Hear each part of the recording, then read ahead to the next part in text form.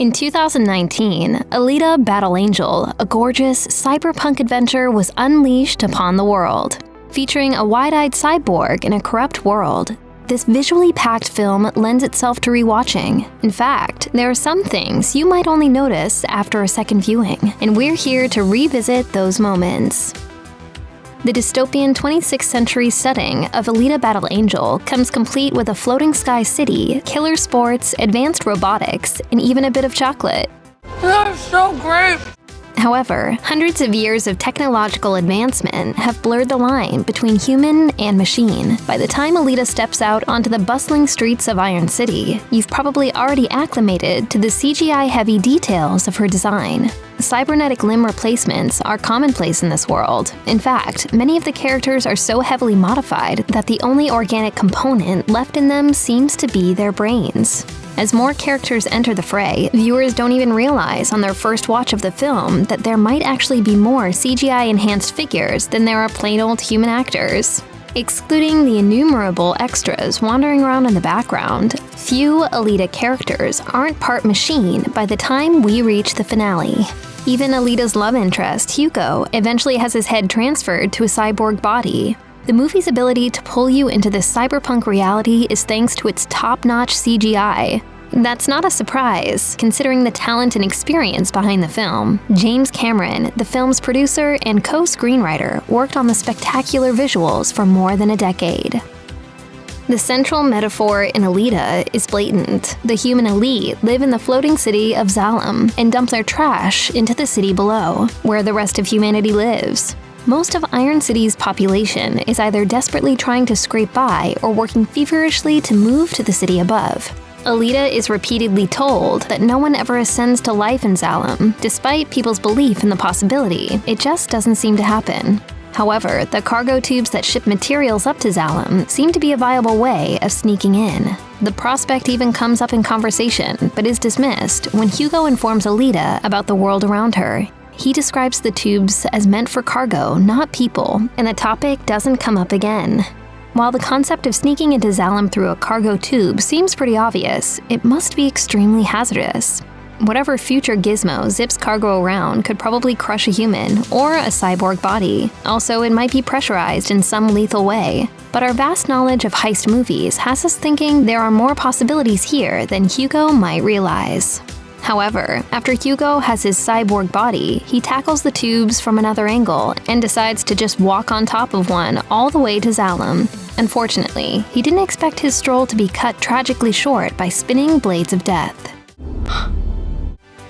Alita's introduction into the world of the Hunter-Warrior arrives thanks to her scrapyard rescuer, Dr. Dyson Ito. In order to satisfy the pain he feels over his daughter's death, the doctor has registered with the factory as a Hunter-Warrior. He roams the streets at night, defeating vicious criminals in exchange for bounty payments to fund his clinic. His weapon of choice is a rocket hammer, a gigantic blunt weapon with a rocket at one end that propels the device through its target. We only see the doctor fight briefly in one skirmish before Alita jumps in and dismantles his opponents with ease. If she hadn't been there though, we find it difficult to believe Ito would have been successful with his cumbersome weapon. The criminals in the alley are all cyborgs, and Ito manages to knock off one of their limbs with his rocket hammer, but after this blow, he stumbles while trying to wield his massive weapon again. Unless Ito has spent years with a 100% success rate on his first fatal blow, it's hard to imagine that the kindly doctor has the strength, speed, and agility to be a successful hunter-warrior. Honestly, the poor guy can't even navigate through a crowd without running into an innocent bystander.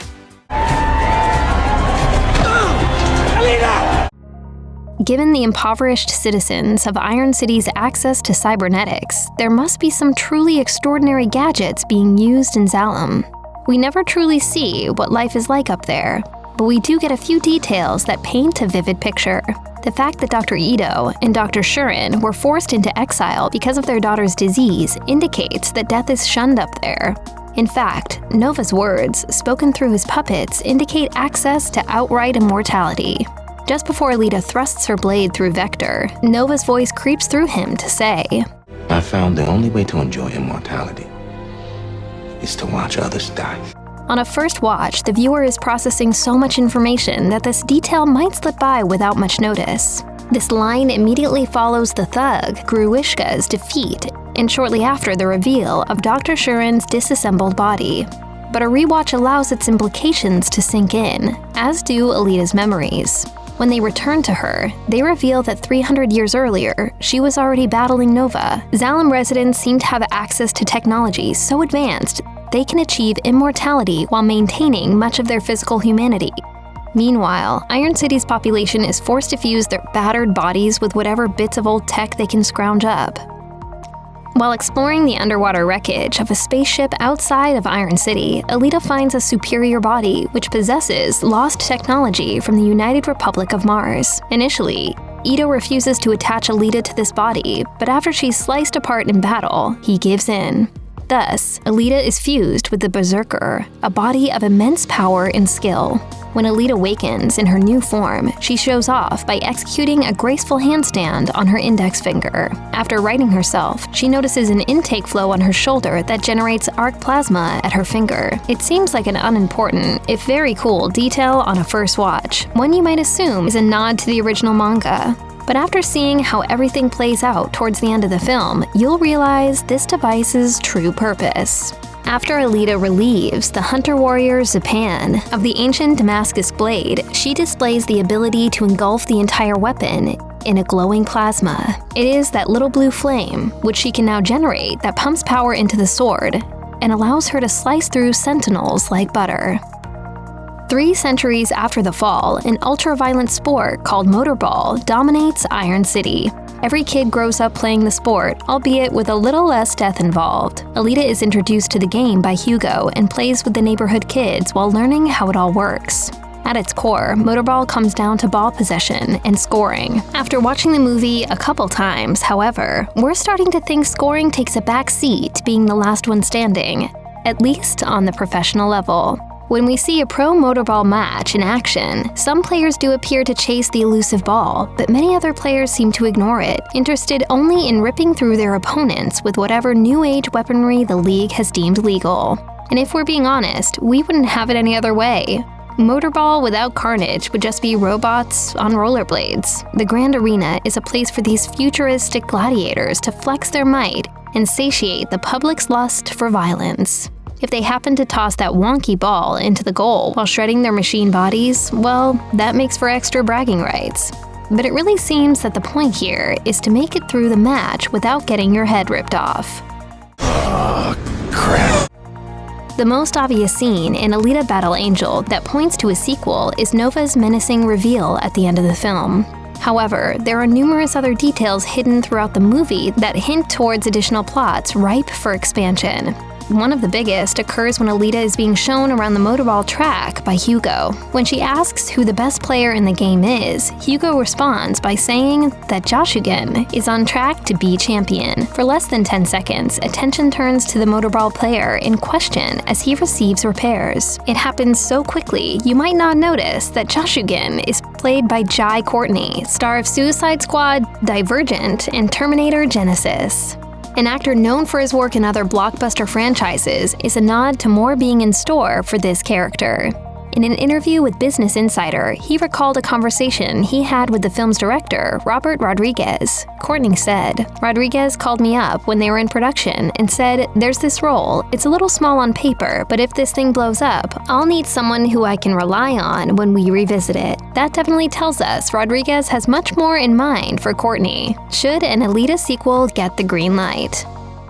The seedy underbelly of Iron City is run by a man named Vector, and his power stems from his corruption of professional Motorball. Vector holds sway over the game's odds by tweaking the player's power, going so far as to hire naive youth to abduct and rob cyborgs of their limbs. His direct connection to Zalem enables such manipulation. He uses this relationship to make those around him believe he has the power to send people to the floating city. Vector dangles this promise in front of his lackeys until they wise up and decide they've had enough. It's at this moment that he fulfills his end of the bargain and sends them to Zalem, albeit not in the way they'd hoped. Of course, if you've only watched Alita once, you might not have latched onto this detail. One example is when Dr. Shuren decides to quit her position and Vector tells her, Don't you think it's time you went to Zalem? I can send you up there right now. The next time we see Shuren is after Alita crashes into Vector's office. He says that he always keeps his promises to send people to Zalem, just like Dr. Shuren. Unfortunately, he then opens up a chest, revealing her brain and other parts, ready to make its journey to the city in the sky. Nova demands body parts for his experiments, and as Vector says, that is the only way anyone gets to Zalem. There are a couple rules regarding what weapons are allowed in the Motorball arena, but they're pretty lax. In fact, after watching the movie a few times, you can't help but notice how the sport transcends the laws of Iron City at large. Guns are outlawed here. Hugo lays it all out when informing Alita about weapons and the sword being carried by Zapan. All guns are outlawed in Iron City, punishable by death. The need for unique weapons among the hunter warriors makes sense, given this stipulation. But what's with all the deadly projectiles used by the competitors in Motorball? When Alita is being chased down by an entire team of bloodthirsty challengers hell-bent on placing her head on a pike, one of them fires a cannon at her, causing a massive explosion that knocks Alita off her feet. Now, we immediately picture bullet-firing pistols in regards to the no-guns policy. But rocket launchers really seem like they should fall into that illegal category as well. The announcer of the match can be heard mentioning legality and regulations during the matches, but we're left thinking that might just be for show. Since the cannon forms one player's entire gigantic arm, the laws of Iron City seem to be pretty flexible. When Alita displays the strength of her new berserker body, Dr. Ito has an appropriate response. A warrior's spirit needs a warrior's body.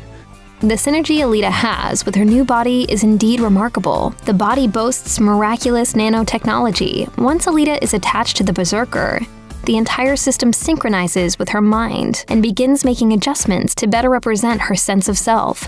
This characteristic is subtly put on display again during the closing moments of the film.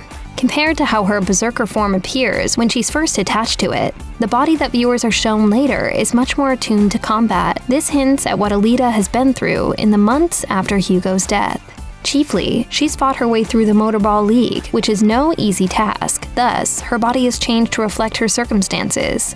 It's a literal adaptation, but also a reflection of Alita's inner nature and her boundless potential. You can't help but wonder what other forms she might be able to take, perhaps in a sequel, if fans of the film get their wish. Check out one of our newest videos right here, plus even more Looper videos about your favorite movies are coming soon. Subscribe to our YouTube channel and hit the bell so you don't miss a single one.